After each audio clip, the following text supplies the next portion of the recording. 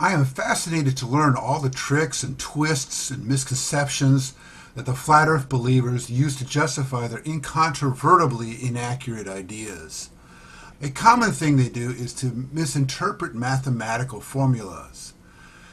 They will take something that is well established and used worldwide and reinterpret the mathematics in absurd ways. They do this with Newtonian laws of motion. I have seen them do this with the momentum conversion principle, and they repeat their flawed logic without doing any study.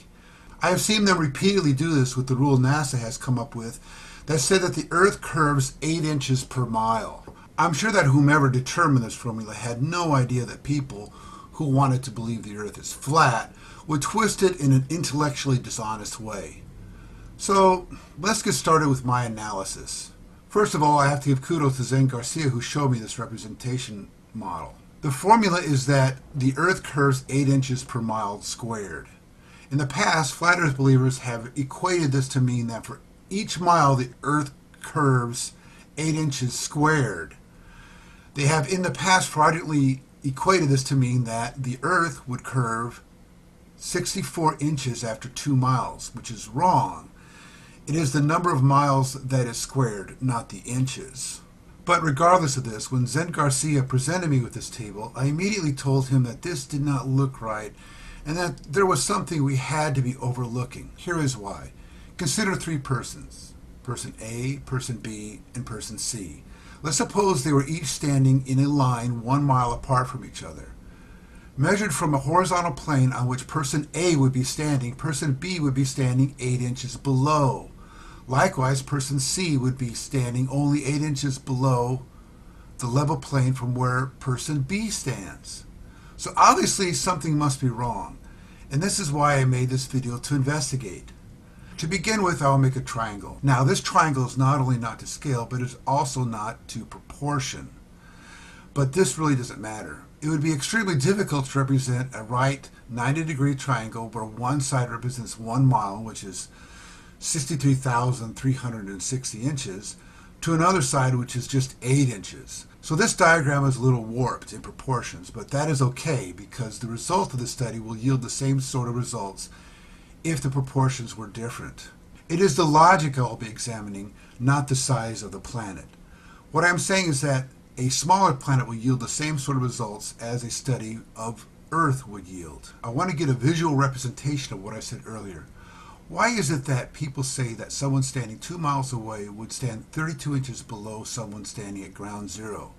The first clue I get is that there's an issue because a hypotenuse of a right triangle is the longest side of that triangle.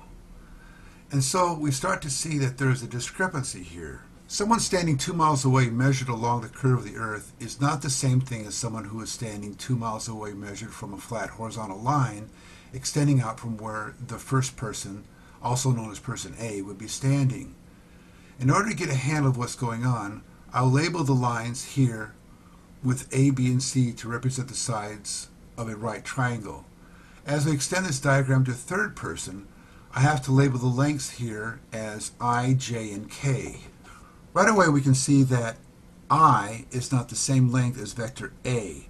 And since the length A is the same length as the distance between the first person and the second, and also used as the length from the second person to the third, we can see that the second use of the vector creates a distance measurement problem, since it is employed as part of a hypotenuse, and so the vector I is going to be shorter than the assumed distance we might have expected.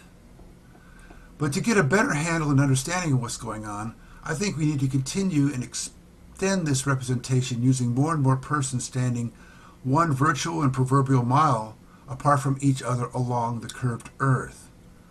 What I see happening is that we start to get an idea of where this mile number squared fits into the equation.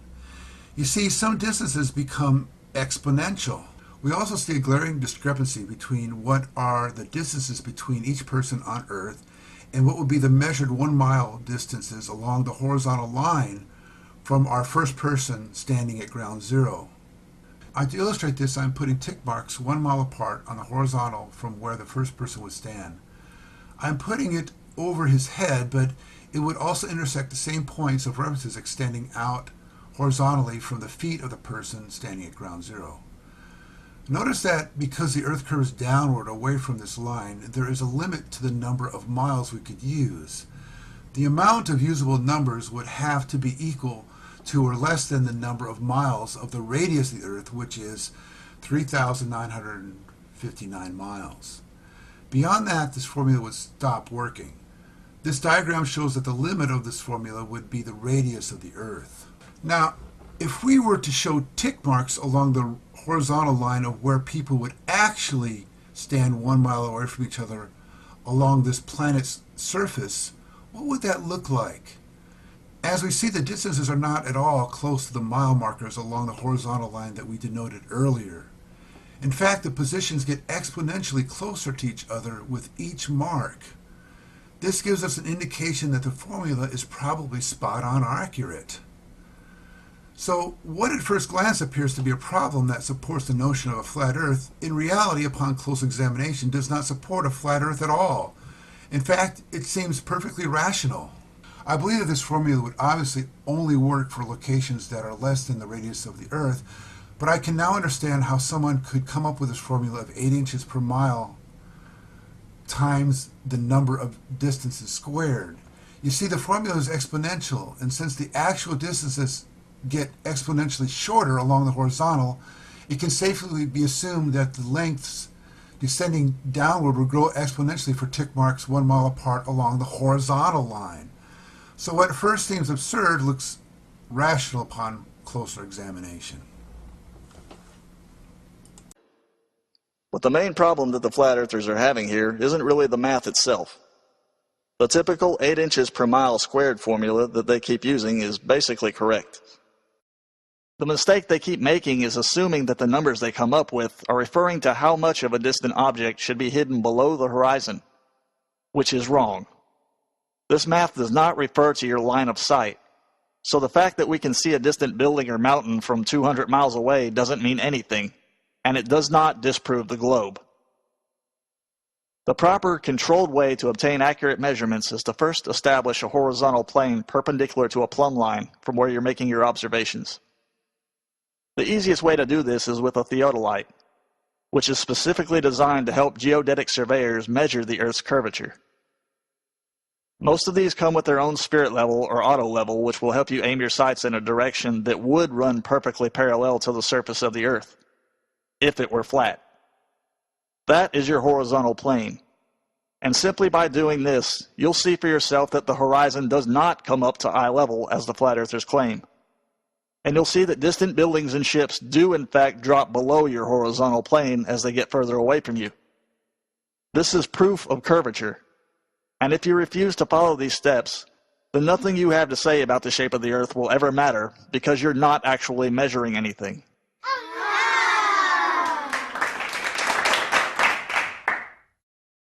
Now, there are dozens of flat Earth videos where they claim to have interviewed surveyors who state that they've never had to deal with curvature.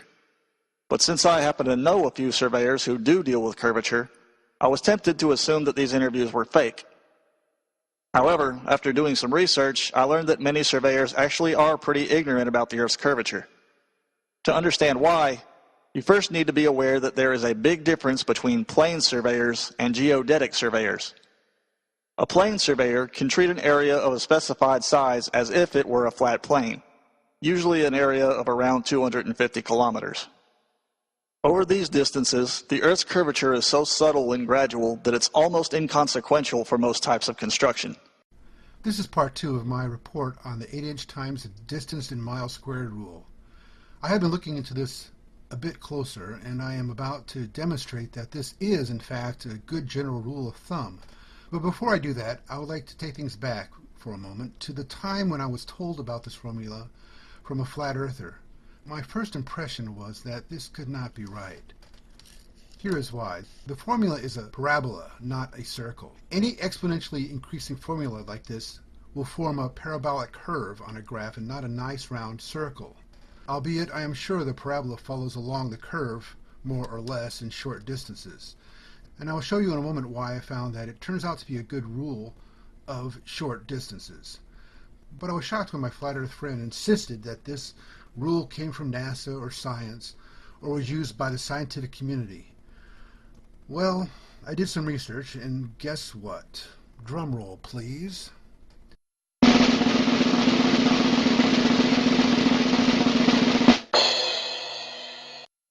That is a lie. This figure that flat earthers insist comes from NASA actually comes from a man named Samuel Burley Robotham, who wrote a book called Zetenic Astronomy. Now, Robotham got this formula from Encyclopedia Britannica under the passage explaining, quote, leveling, unquote. Now, here's the deal. This 8 inches times the distance in miles squared is not used by NASA and is not used by scientists. The context in the Encyclopedia Britannica is for civil engineers, not mathematicians, and it is just a rule of thumb for plane surveyors to compensate for the drop in a target over a distance. Now let me explain why this can be regarded as not being science or math. On a globe, the greatest distance two objects can be apart from each other before they start becoming close to each other on the other side of the globe is 12,500 miles. Now the square of 12,500 miles is 165,250,000. And if you multiply that by 8 inches, you get 236,742 miles. And that is greater than the distance to the moon. So the flat earth people's insistence that this is a scientific formula is a lie. It is a good rule of thumb for civil engineers if it is applied correctly, which I'm about to demonstrate.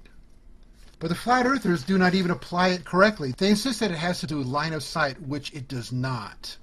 I figured out that the distance in miles squared is pretty accurate when I started to see a round surface would be more accurate than my adjoining triangles representation that I had done earlier.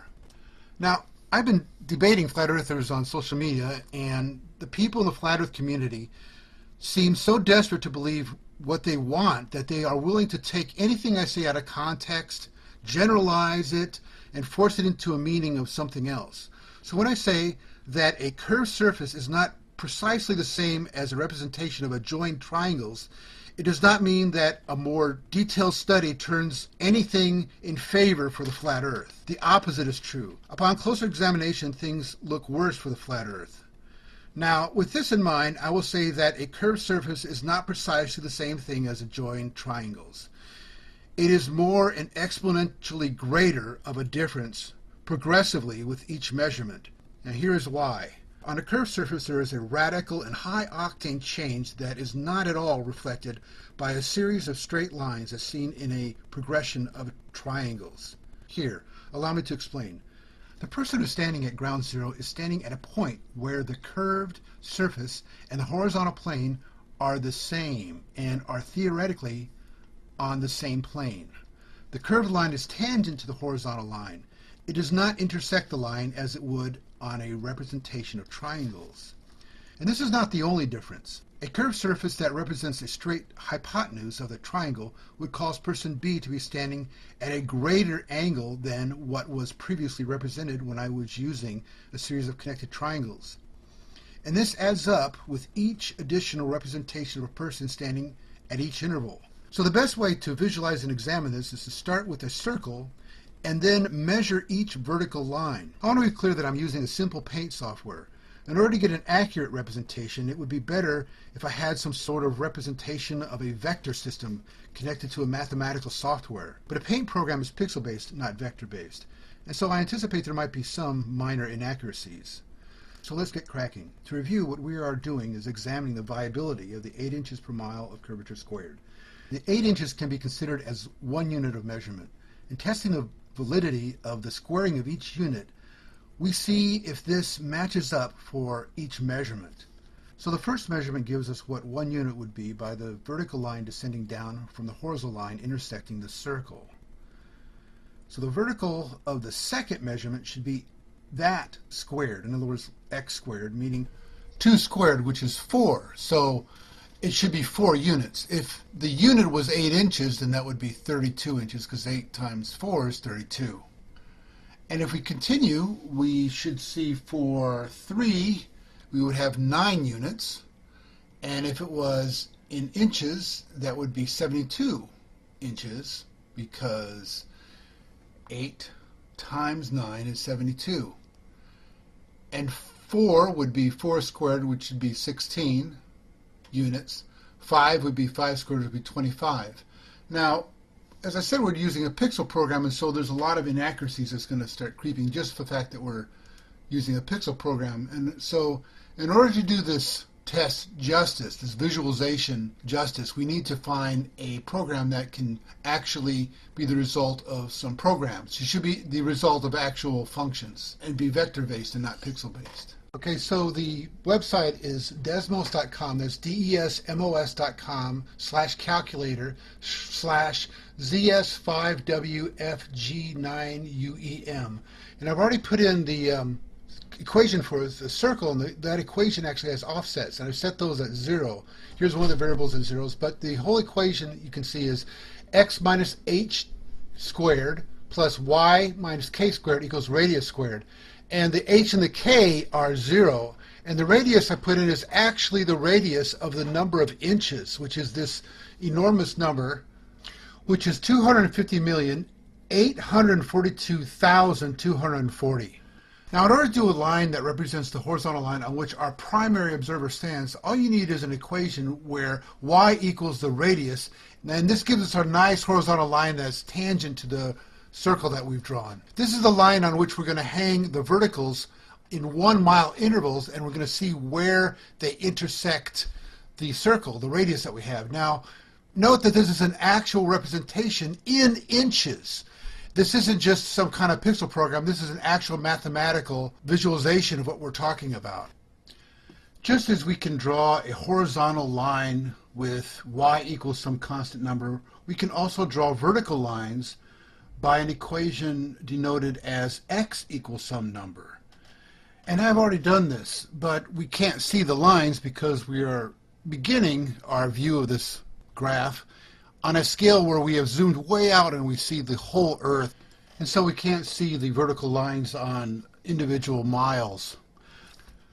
But if we zoom in, we can see that we are representing individual miles along the x-axis by equations that are written on the inch level.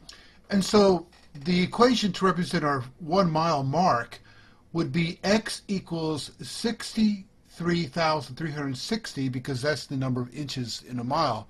But as we zoom in to look at the distance between the two lines, the one line on the top being our horizontal vertical and the other one being our curvature of the Earth, we see that it's 8 inches. And so I've counted them out for you in case there's any doubt. This validates that this 8-inch per mile rule is valid for at least the first mile. So as I said, I've written other lines, other equations on this graph, and the second for the second mile is 126,720. And so since we're dealing with mile number 2, and since 2 squared is 4, and 8 times 4 is 32, we should be able to zoom in and have a look, and we can actually see that we have 32 inches.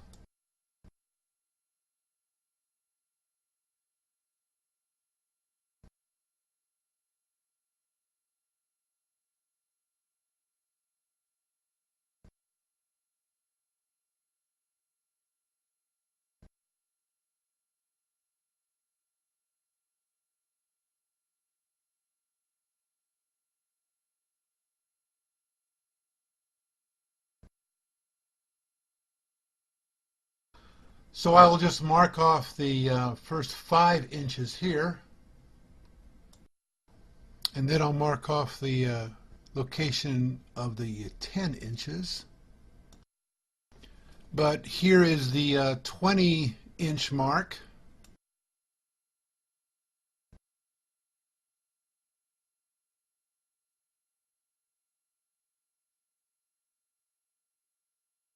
Now, I'm going to mark off inches along the way, but I can hold down the mouse and push the scroll up, and you can watch as I do it, and you'll be able to see that we have 32 inches.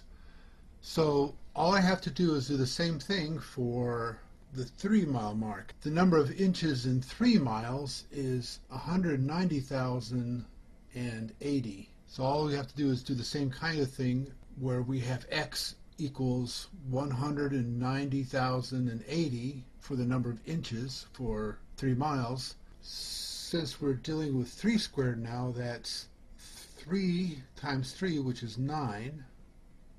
It's the number of miles squared.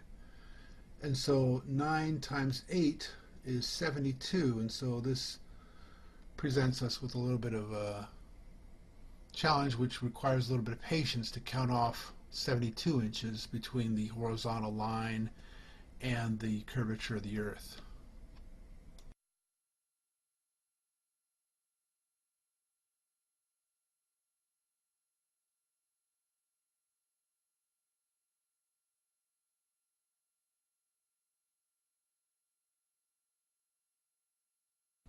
But if you were watching carefully, I was scrolling up in 10-inch intervals, and if you pause and rewind this video a little bit, you'll notice if you count along with me, I counted off 70 inches, which was 7 sets of 10-inch intervals. But it's pretty amazing. It's spot on accurate for the first 3 miles. This 8-inch mile per each mile squared rule fits right along with the curvature of the Earth accurately. Now, I need to point that the most important thing probably in this whole video is that if you notice the line of the Earth, the line representing the curvature of the Earth, is curving down really slowly. And this rule does not apply to line of sight. It applies to geodesic surveyors. It doesn't really apply to line of sight. And if a person standing wouldn't see, wouldn't experience where 72 inches of the bottom of some object is completely obscured from view. That's not what this is all about at all. And that's where I think the flat earthers are getting everything wrong.